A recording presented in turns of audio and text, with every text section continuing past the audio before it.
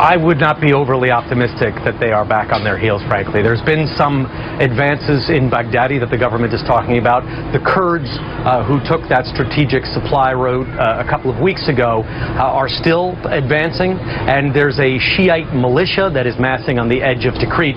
I don't know if you consider that progress or the opposite, but ISIS still controls the main cities of Raqqa and Mosul, and ISIS just broke out into Libya. It is effectively taking over a new country. So if that is defeat of ISIS, or ISIS on the road to defeat, I'd hate to think what ISIS success would look like. All right, joining us now, ladies and gentlemen, General Michael Hayden, retired four-star general in the U.S. Air Force, former director of both the CIA and the NSA. General, always a pleasure and an honor to speak with you. John Kerry keeps telling us, and so does the State Department spokespeople and even the president, that ISIS is suffering defeats. We're making progress. We're crippling them.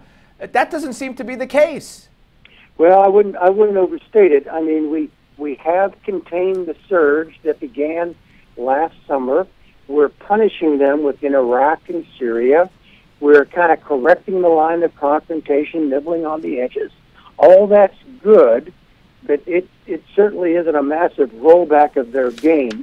And that's going to have to follow. And I take the point in the tape you just ran, Steve, that it's now like-minded groups are grabbing the brand and popping up in places like Libya and the Sinai, in Egypt, and maybe even Boko Haram in Nigeria.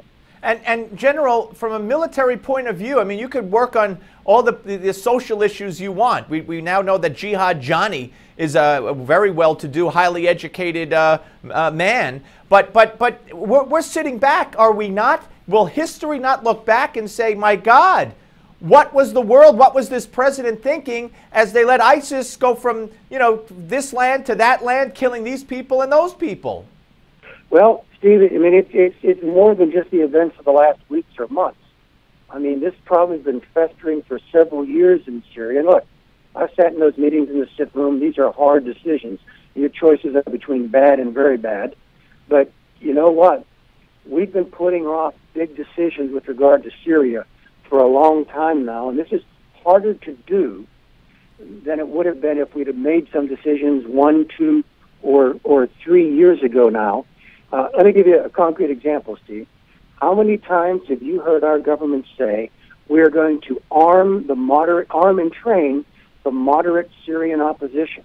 I've heard that now for the better part of 2 years or more. They're saying it now more than ever, yeah. But how many people have come out the other end? And the answer is zero, Steve. Yeah, absolutely. I want you to hear something Hillary said yesterday or 2 days ago when she was asked about ISIS. Listen to this. ISIS is the manifestation of a movement that is incredibly fueled by an obsession to control territory, to reestablish, as they say, a caliphate that would be governed by people with a very retrograde view of everything about women, everything I care about, everything about due process or rights or anything. We know. What is she leaving out? The obvious. Well, let me be a little more positive, Steve. Let me tell you what she put in there. She just said this was religiously motivated, which is something that the guys down the street from me right now worked very hard to avoid saying. So you've got what we view to be almost a barbaric view of gender relations and education and so on. But in addition to all that, of course, you've got the violence, the war on anyone who doesn't think like they do, other Sunnis, Shia automatically. But General, with all due respect, and we're obviously short on time as always, but she didn't say Islam. And I didn't hear her say the word religiously motivated. Well, okay, you're right. You got me on that one. But she did talk about the caliphate, and I mean it's hard to walk that away from a connection to Islam. So if she were to become president with that view that you just heard as her guiding light, if you will, You think we'd be better off than we are now under Obama? Well, the honest, straightforward answer is, Steve, is yes. Interesting. Now, are there other choices out there that might even? Oh, be no, better? no, no, no. So. I'm not saying it's. I'm not making a false choice. Please, yeah. But that's an interesting answer, sir. Thank you very much. And listen, always great to talk to you. Okay, Steve. Thanks. Take care, General Michael Hayden, ladies and gentlemen. All right, folks. When we come back, it's going to be James O'Keefe of Project Veritas.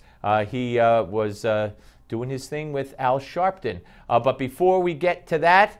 Ladies and gentlemen, for more on the terror threat that ISIS represents and their power, go to newsmax.com/terror threat for a deeply discounted price. Don't go away.